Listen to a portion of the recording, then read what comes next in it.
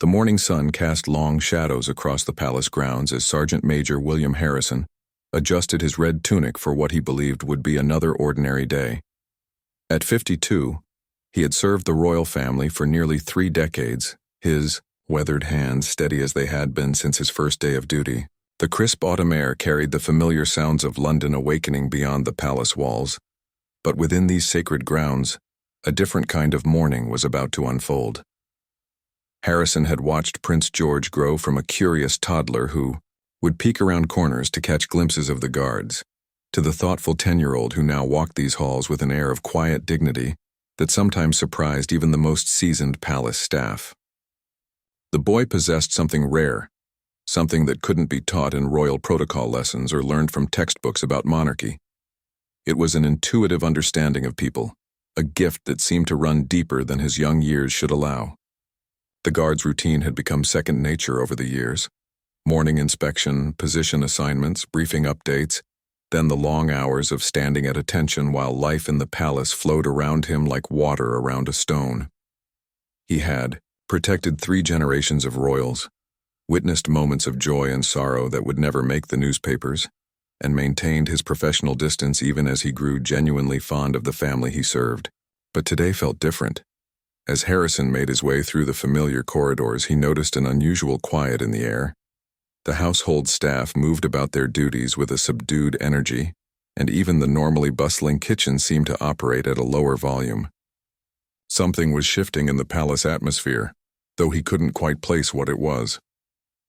Prince George appeared around the corner near the library, walking alone as he often did in the early morning hours. The young prince had a habit of exploring the palace before his formal day began, often carrying a book or stopping to examine the portraits of his ancestors that lined the walls. Today, however, his usual bright curiosity seemed tempered by something more serious, more contemplative. Their eyes met briefly as they passed in the hallway. Harrison offered his customary respectful nod, expecting the prince to continue on his way as usual. Instead, Prince George paused, turning back to look at the guard with an expression that seemed far too mature for his young face. There was something in that look, a quality of assessment that made Harrison feel as though he was being truly seen, perhaps for the first time in years. The prince didn't speak, but the moment stretched between them, heavy with unspoken communication. Harrison had spent enough time around the royal family to recognize when something significant was brewing beneath the surface. The boy's eyes held a mixture of determination and compassion that reminded Harrison of the Queen in her younger years, when she had first taken on the weight of her responsibilities. As Prince George finally continued down the hallway, Harrison felt an unexpected tightness in his chest. The interaction had lasted only seconds, but it carried the weight of something much larger. He had seen that look before, in the eyes of young soldiers who were about to make decisions that would change the course of their lives. It was the look of someone preparing to step into a larger version of themselves. The rest of the morning passed in a blur of routine activities, but Harrison found his thoughts returning again and again to that brief encounter. He had served long enough to develop an instinct for reading the subtle currents of palace life, and every fiber of his being was telling him that change was coming. The question was whether he was ready for whatever form that change might take. By midday, the autumn sun had reached its peak, casting the palace in brilliant light that seemed to illuminate not just the ancient stones and manicured gardens, but also the invisible threads of duty, loyalty, and tradition that bound everyone within these walls together. Harrison stood at his post, straight and proud as always, but with a new awareness that this day would be remembered long after many others had faded from memory. The afternoon brought with it an unexpected summons that would have seemed impossible just hours earlier. A young page, barely 16 and clearly nervous, approached Harrison during the changing of the guard ceremony. The boy's voice cracked slightly as he delivered a message that no one could have predicted. Prince George requested a private audience with Sergeant Major Harrison in the blue drawing room. Harrison's decades of military training kept his expression neutral, but inside his mind raced with questions. In all his years of service, he had never been personally summoned by any member of the royal family for a private meeting.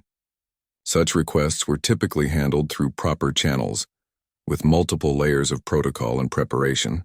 The fact that a 10-year-old prince had made such a request, and that it had been approved by the household staff, suggested something extraordinary was taking place. The blue drawing room was one of the more intimate spaces in the palace, often used for private family conversations rather than formal state business. As Harrison made his way through the ornate corridors, he passed portraits of kings and queens who had ruled for centuries, their painted eyes seeming to watch his progress with interest. The weight of history pressed down on him, reminding him of the generations of guards who had walked these same paths in service to the crown. When he arrived at the drawing room, Harrison found Prince George standing by the tall windows that overlooked the palace gardens.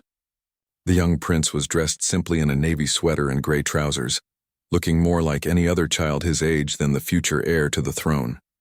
But there was something in his posture, in the way he held himself while gazing out at the grounds, that spoke of a maturity beyond his years. Prince George turned as Harrison entered, offering a small smile that managed to be both warm and serious at the same time. The guard had seen that same expression on the faces of the boy's father and grandfather during moments of important decision-making. It was clear that whatever had prompted this meeting, the young prince had given it considerable thought. The conversation that followed would stay with Harrison for the rest of his life. Prince George spoke with a clarity and thoughtfulness that surprised even the experienced guard, who had witnessed the boy's growth over the years. The prince had noticed things that Harrison never expected a child to observe. He had seen the slight tremor in the guard's hands during morning inspections, noticed the way Harrison's breathing had become more labored during long ceremonial duties, observed the careful way the older man had begun to favor his left leg after hours of standing. But it wasn't just the physical observations that struck Harrison. Prince George spoke about the sacrifice that guards like Harrison made every day, standing for hours in all weather, maintaining their posts while their own families went about their lives without them. He talked about the dedication it took to serve others before yourself, and how he had been watching and learning from the example set by the palace staff who surrounded him daily. The young prince's words carried a wisdom that seemed to come from somewhere, deeper than his formal education. He spoke about duty and service, but also about knowing when it was time to step back and allow others to take up the mantle. His observations about Harrison's long years of faithful service were delivered with such genuine respect and appreciation that the seasoned guard felt his throat tighten with unexpected emotions. The afternoon light began to fade outside the tall windows. Harrison realized that he was witnessing something remarkable. This wasn't just a conversation between a guard and a young prince. It was a moment of recognition, of one person truly seeing another and acknowledging their worth and sacrifice. Prince George was demonstrating a level of emotional intelligence and leadership that many adults never develop, showing that true nobility came not from titles or position, but from the ability to see and value the humanity in others. The meeting concluded with a handshake that felt more like a passing of understanding between two people who recognized something important in each other. As Harrison left the blue drawing room, he carried with him not just the memory of an extraordinary conversation, but also the beginning of a realization that would soon change the course of his life. The days following the private meeting passed like scenes from a dream that Harrison couldn't quite shake. He went through his duties with the same precision and dedication he had always shown, but something fundamental had shifted inside him. The young prince's words echoed in his mind during the quiet hours of guard duty, when the palace settled into its evening rhythm and he was left alone with his thoughts. Harrison had always prided himself on his ability to compartmentalize his personal feelings and maintain the professional distance required of his position, but Prince George's observations had opened a door in his mind that he couldn't close again. For the first time in years, he began to truly notice the ache in his joints after long hours of standing, the way his vision had begun to blur slightly during night watches, the increasing effort it took to maintain the perfect posture that had once come naturally. The other guards began to notice subtle changes in Harrison's demeanor. His usual morning briefings carried a different tone, more reflective and personal than they had been before.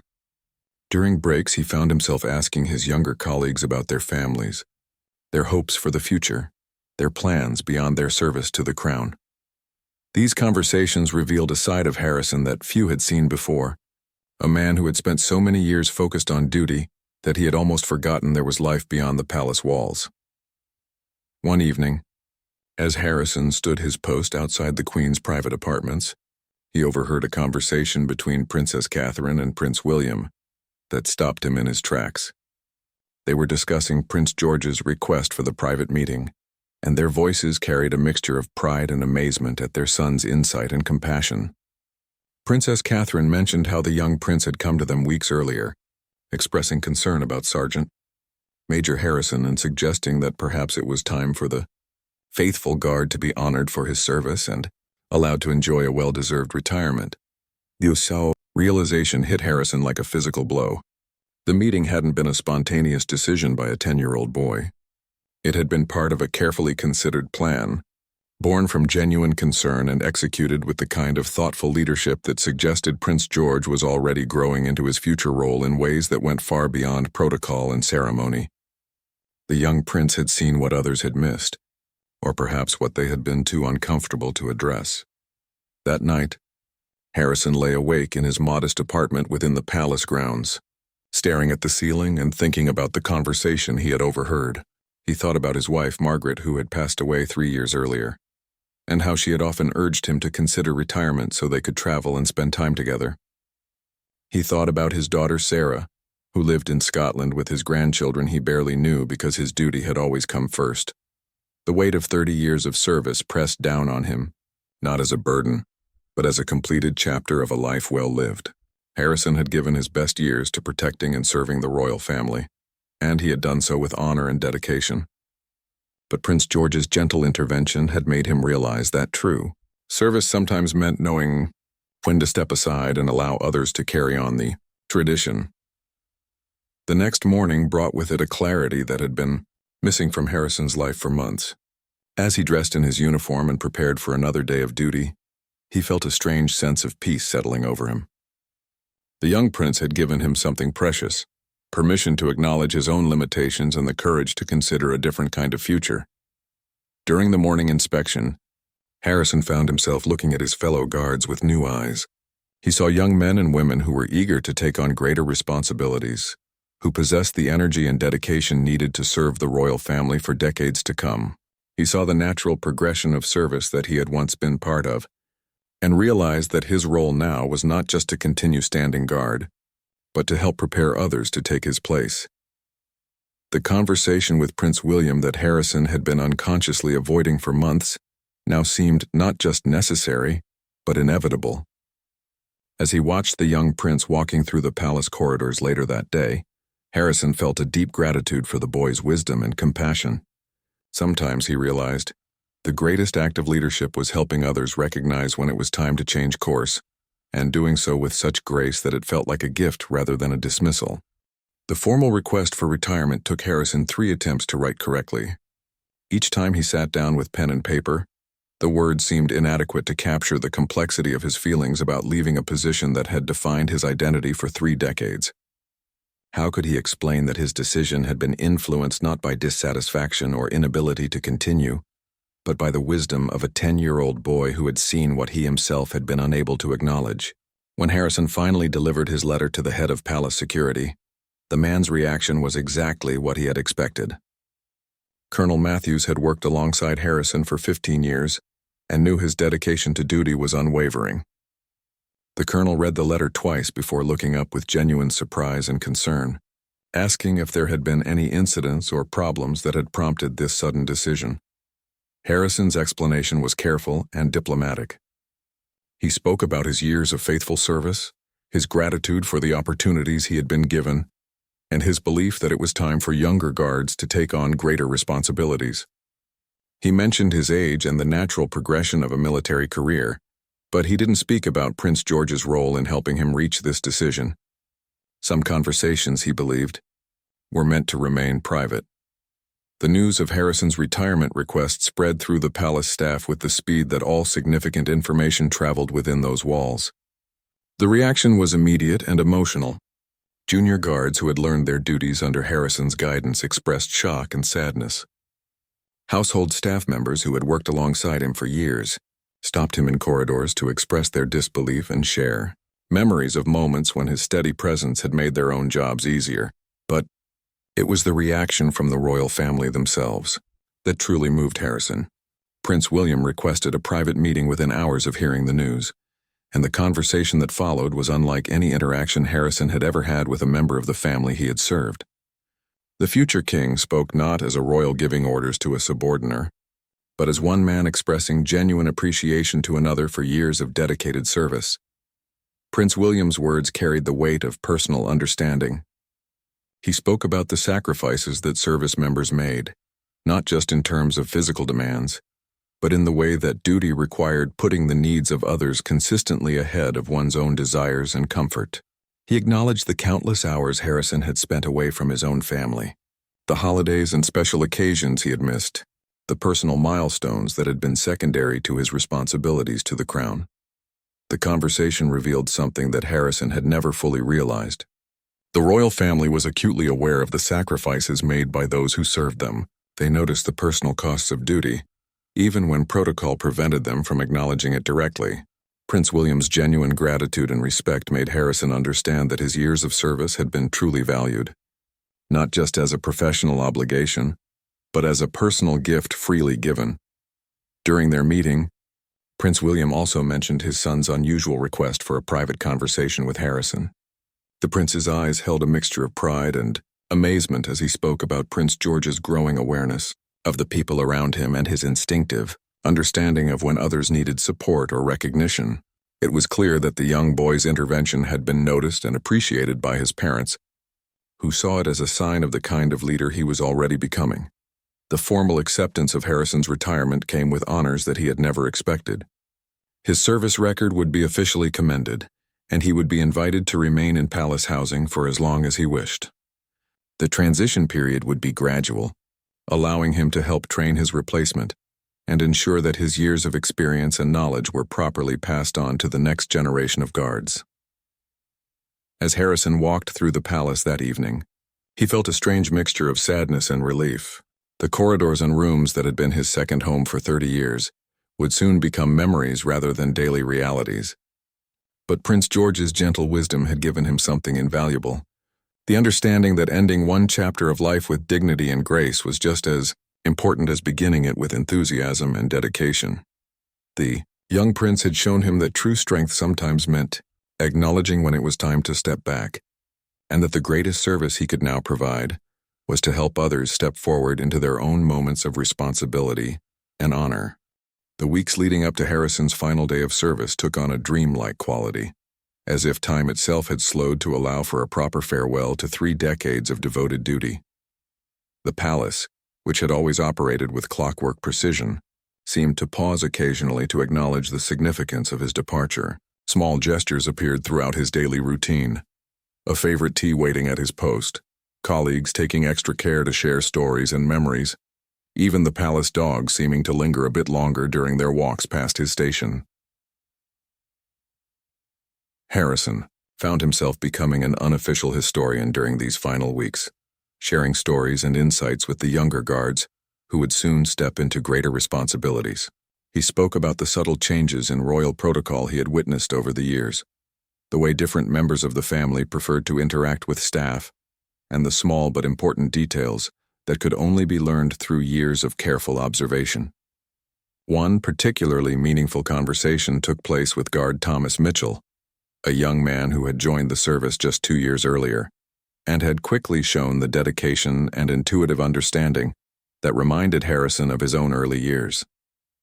As they walked the palace grounds during a break, Harrison shared insights that went beyond the official training manuals, speaking about the art of being simultaneously invisible and alert, of reading the subtle moods and needs of the family they protected.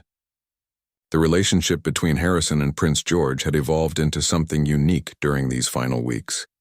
The young prince would occasionally pause during his daily activities to exchange a few words with the guard, always maintaining proper protocol, but with an underlying warmth that spoke to their shared understanding.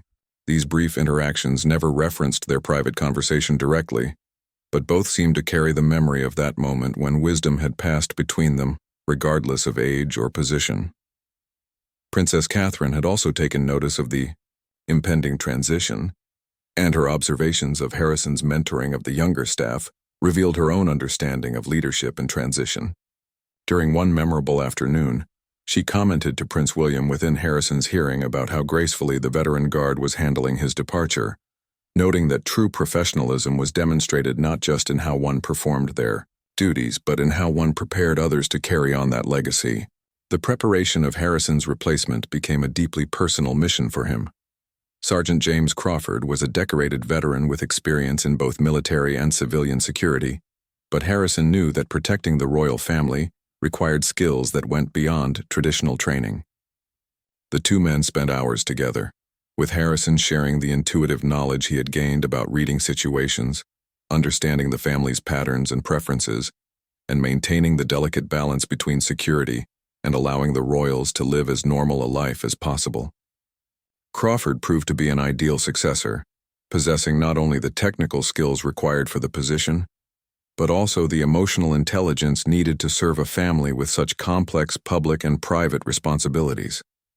His questions during their training sessions showed that he understood the deeper aspects of the role, and his respect for Harrison's experience created a foundation for the kind of smooth transition that would serve everyone involved. During one of their final training sessions, Crawford asked Harrison what advice he would give for handling the more challenging aspects of the job.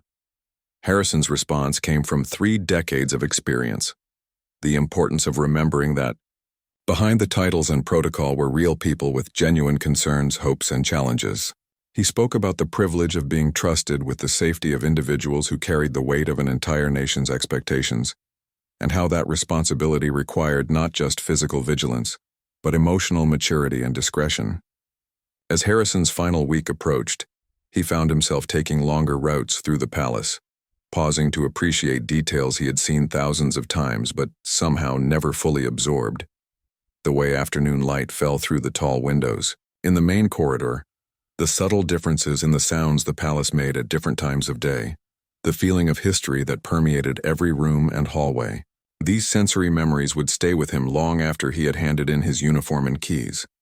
The realization that Prince George's quiet intervention had led to this graceful conclusion filled Harrison with a deep sense of gratitude. For the young Wei, Prince had given him something precious: the opportunity to leave his position with dignity and honor, surrounded by respect and appreciation, rather than concern about declining abilities.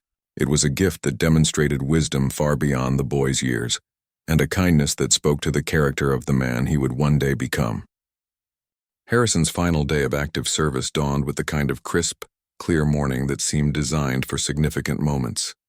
As he dressed in his uniform for the last time as an active guard, each familiar motion carried the weight of ritual and memory. The red tunic that had been his second skin for 30 years, the precise placement of medals and insignia, the careful adjustment of his cap, all performed with the same attention to detail that had marked every day of his service. The morning inspection took on special significance as word had spread throughout the palace staff about this being Harrison's last day. His fellow guards stood with extra precision, their uniforms immaculate, their bearing proud, as if honoring not just the day's duties, but the legacy of the man who had helped train many of them. The younger guards looked to him with expressions that mixed respect, gratitude, and the awareness that they were witnessing the end of an era. Colonel Matthews conducted the inspection with unusual formality, his voice carrying an emotion that was rare in official proceedings. As he reviewed the lineup of guards, his comments to Harrison were brief but meaningful, acknowledging not just his final day, but the standard of excellence he had maintained throughout his career. The moment felt both ceremonial and personal, a recognition that this wasn't just the end of another shift, but the conclusion of a chapter in the palace's ongoing story. Throughout the morning, Harrison found himself approached by staff members from every department of the palace. Kitchen staff who had seen him grab quick meals during long shifts, housekeeping personnel who had worked around his post for years, groundskeepers who had exchanged quiet morning greetings as they went about their respective duties. Each interaction was brief but heartfelt, an acknowledgement of the community that existed within the palace walls and Harrison's role in that larger family. The most meaningful moment came just after midday, when Prince George appeared in the corridor where Harrison was stationed. The young prince's approach was deliberate, and Harrison could see that this wasn't a chance encounter. Prince George stopped directly in front of him, maintaining the proper protocol, of their respective positions while managing to convey something much more personal through his expression and demeanor. Their conversation was brief, and observed the formal requirements of their roles, but both understood the deeper significance of the moment. Prince George thanked Harrison for his years of dedicated service, speaking with a composure and sincerity that would have been impressive in an adult, much less a 10-year-old boy. His words were chosen carefully, acknowledging not just Harrison's professional duties but his character and the example he had set for others. What struck Harrison most powerfully was the young prince's understanding of the transition taking place. Prince George spoke about the importance of change and growth, about how every person's service had its seasons, and how knowing when to step forward or step back was a sign of wisdom rather than weakness. These insights, delivered in the clear, thoughtful voice of a child who possessed an unusual depth of understanding, represented the culmination of their unique relationship. As Prince George continued on his way, Harrison felt a profound sense of completion. The boy who had prompted this transition with his quiet observation and compassionate intervention had now provided the perfect conclusion to Harrison's active service. There was a symmetry to the moment that felt both planned and natural, as if the young prince instinctively understood the importance of marking significant transitions with appropriate recognition and grace. The afternoon brought the formal change of command ceremony, where Sergeant Crawford officially assumed Harrison's responsibilities. The ceremony was conducted in the palace's main courtyard, with representatives from every department in attendance. Harrison stood at attention as his duties were formally transferred, feeling a mixture of pride and nostalgia as he watched his replacement take the oath that he himself had spoken 3 decades earlier. As the ceremony concluded and Harrison prepared to remove his uniform for the final time, he caught sight of Prince George watching from an upper window. The young prince raised his hand in a small, discreet wave, a gesture that managed to be both perfectly appropriate and deeply personal. In that moment, Harrison understood that he wasn't just ending his service to the crown, but beginning a new chapter that had been made possible by the wisdom and compassion of a remarkable young boy who would one day be king. The transition from active guard to honored retiree felt seamless and natural, a testament to the thoughtful way Prince George had initiated this process and the grace with which the entire royal family had supported it. Harrison's final day ended not with sadness or regret, but with gratitude for the privilege of having served and the wisdom to recognize when that service had reached its proper conclusion. 6 months after his retirement, Harrison sat in his small garden behind the cottage he had rented in the village of Windsor, watching the morning sun paint golden streaks across the sky. The cottage was modest but comfortable, close enough to the palace that he could hear the church bells that had marked time during his years of service, yet far enough away to feel like a completely new chapter of his life. The transition to civilian life had been gentler than he had expected, largely because Prince George's intervention had given him time to mentally prepare for the change, rather than having it forced upon him by circumstances beyond his control. Harrison had been able to leave his position with dignity intact, and his reputation enhanced, carrying with him the respect of his colleagues and the gratitude of the family he had served. His days now followed a different rhythm entirely. Morning tea in his garden while reading the newspaper, afternoon walks through the village where he had become known simply as Mr. Harrison rather than Sergeant Major, evening phone calls with his daughter Sarah in Scotland, who had been delighted by his decision to retire and his newfound availability for regular conversation. The grandchildren he barely knew were slowly becoming real people to him through video calls and planned visits. The palace occasionally called upon his expertise for special events or when his knowledge of protocol and security procedures was needed for training purposes. These consultations kept him connected to the world he had known for so long, while allowing him to contribute his experience in a way that felt meaningful rather than burdensome. Crawford had proven to be an excellent successor, and Harrison took pride in seeing his former protege handling the responsibilities with skill and dedication. One particularly memorable afternoon, Harrison received an unexpected visitor. Prince George, now slightly taller and carrying himself with even more confidence than before, arrived at his cottage accompanied by a single protection officer. The visit was informal and brief, but it carried enormous significance for both of them. The young prince wanted to see how Harrison was adjusting to retirement and to thank him once again for his years of dedicated service. Their conversation took place in Harrison's small garden, with tea and biscuits served on simple pottery rather than fine china. Prince George's questions showed genuine interest in Harrison's new life, and his observations about the cottage and garden revealed the same thoughtful attention to detail that had characterized their relationship from the beginning. The boy's ability to engage with people from all walks of life with equal sincerity and interest was clearly a natural gift that would serve him well in his future role. What moved Harrison most deeply was Prince George's acknowledgement of their private conversation months earlier and its role in his decision to retire. The young prince spoke about the importance of recognizing when people needed support or encouragement to make difficult decisions, and how sometimes the greatest kindness was helping others see possibilities they might not have considered on their own. His understanding of leadership as service rather than command was remarkable in someone so young. As their visit concluded, Prince George presented Harrison with a small, framed photograph of the palace gardens taken from the window of the blue drawing room, where their significant conversation had taken place. The inscription on the frame, written in the prince's careful handwriting, read, "For Mr. Harrison, who taught me that true service includes knowing when to step forward and when to step back. With gratitude and respect, George." After Prince George's departure, Harrison sat in his garden holding the photograph and reflecting on the extraordinary chain of events that had led him to this peaceful conclusion to his career. A 10-year-old boy's compassionate observation had opened a door to a future that Harrison hadn't known he wanted, but now couldn't imagine living without. The wisdom and kindness shown by someone so young had given him permission to acknowledge his own needs and limitations while maintaining his dignity and self-respect. As evening approached and the lights began to come on in the palace visible in the distance, Harrison felt a deep sense of contentment. His years of service had been meaningful and appreciated. His transition to retirement had been handled with grace and respect, and his future stretched ahead, filled with possibilities for family connections and personal interests that had been set aside for too long. The story that had begun with a quiet moment of recognition between a veteran guard and a young prince had evolved into something larger.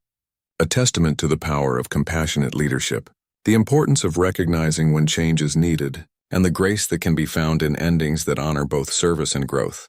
Prince George had demonstrated that true nobility lay not in commanding others, but in seeing them clearly and helping them find their own path forward with dignity and tact.